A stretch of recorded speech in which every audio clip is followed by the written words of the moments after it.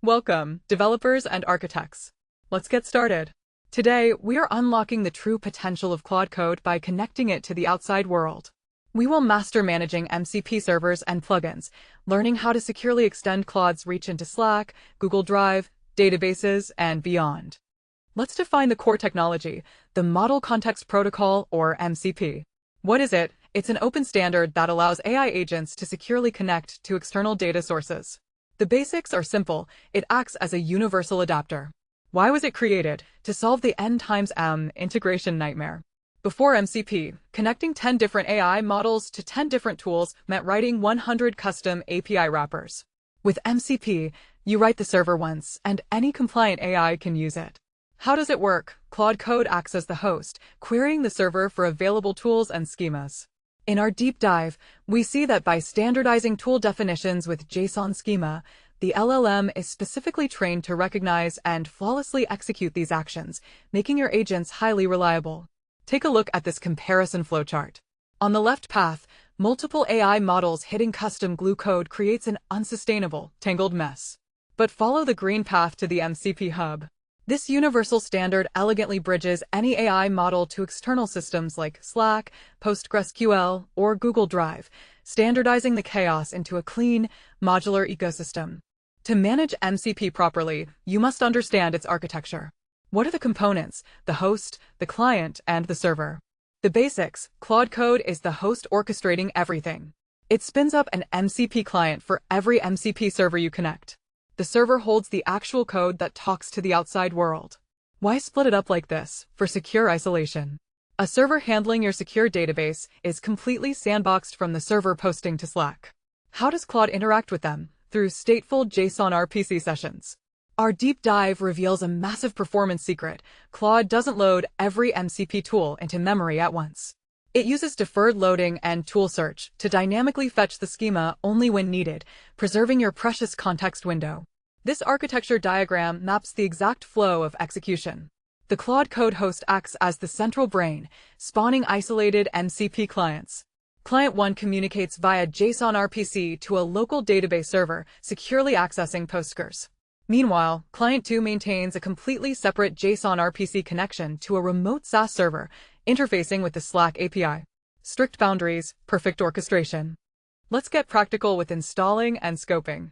What is scoping? It's dictating exactly where your MCP server configuration lives. The basics are handled with the simple Claude MCP add command.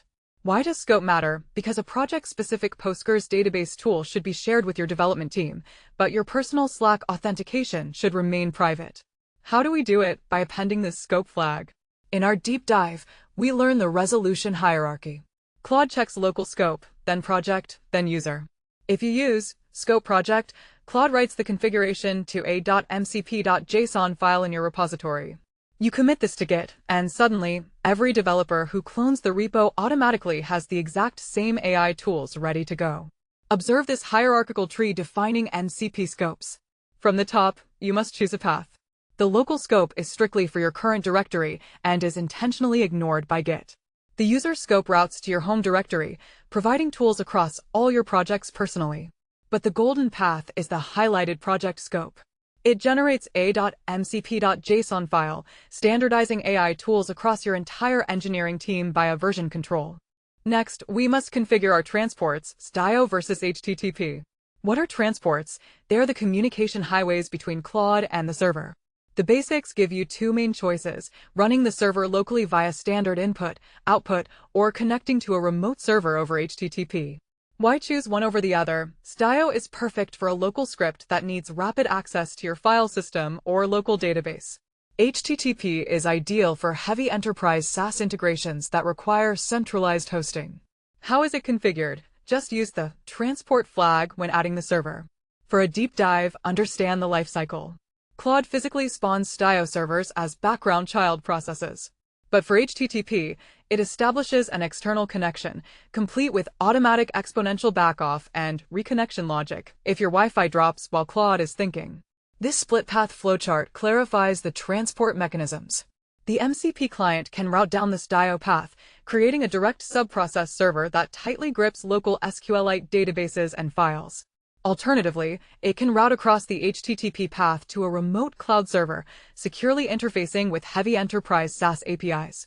Notice the dotted line returning from the cloud. That's the built-in auto-reconnect safeguarding your remote sessions. Security is paramount when extending AI. Let's discuss authentication and secrets management. What is it? It's how we securely hand credentials to our MCP servers.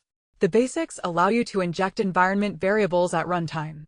Why is this critical? Because if you hardcode your Slack API key into a shared .mcp.json file, you have just committed a massive security breach. How do you do it safely? Use the env flag, pointing to your local environment variables. In our deep dive, we look at advanced enterprise auth. Claude Code supports dynamic header injection for custom SSO and full OAuth 2.1 flows. If a remote server requires login, simply type /mcp in the CLI. Claude will open your browser, complete the OAuth flow, and stash the secure token safely in your operating system's encrypted keychain. Follow the secure token path in this sequence diagram.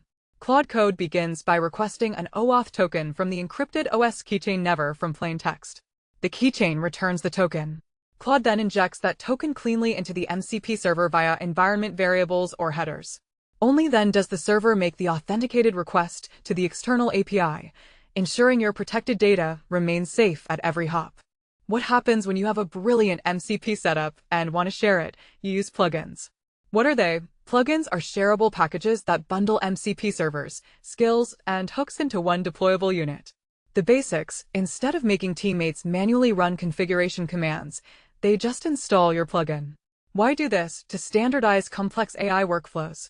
One command installs the database MCP, the prompt skills to query it, and the safety hooks to validate it. How? Just run Claude plugin install. In our deep dive, we look at the architecture. A plugin uses a manifest file that natively supports the $Claude plugin root variable. This dynamically resolves file paths on the user's machine, meaning your bundled MCP servers spin up flawlessly on macOS, Linux, or Windows without any manual path fixing. Here is the anatomy of a Claude Code plugin. The main plugin container is driven by the plugin.json manifest. This manifest ties together three powerful extensions: skills for prompting, lifecycle hooks for automation, and our embedded MCP servers. Because they are embedded, the MCP servers auto-start on session load, instantly granting the user advanced capabilities without any configuration friction. Let's explore a real-time use case: the database to Slack pipeline. The scenario: the VP of Sales wants a custom daily report of high-value churned accounts pulled from a database and messaged to Slack. The traditional solution requires a developer to write Python scripts, configure cron jobs, and manage complex API keys. But with MCP, it's magical. You connect the Postgres MCP and the Slack MCP to Claude Code.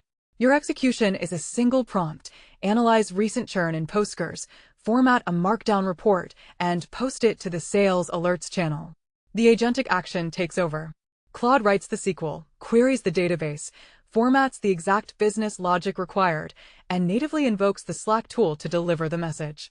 The outcome is a massive multi-system integration achieved in seconds with absolutely zero custom glue code.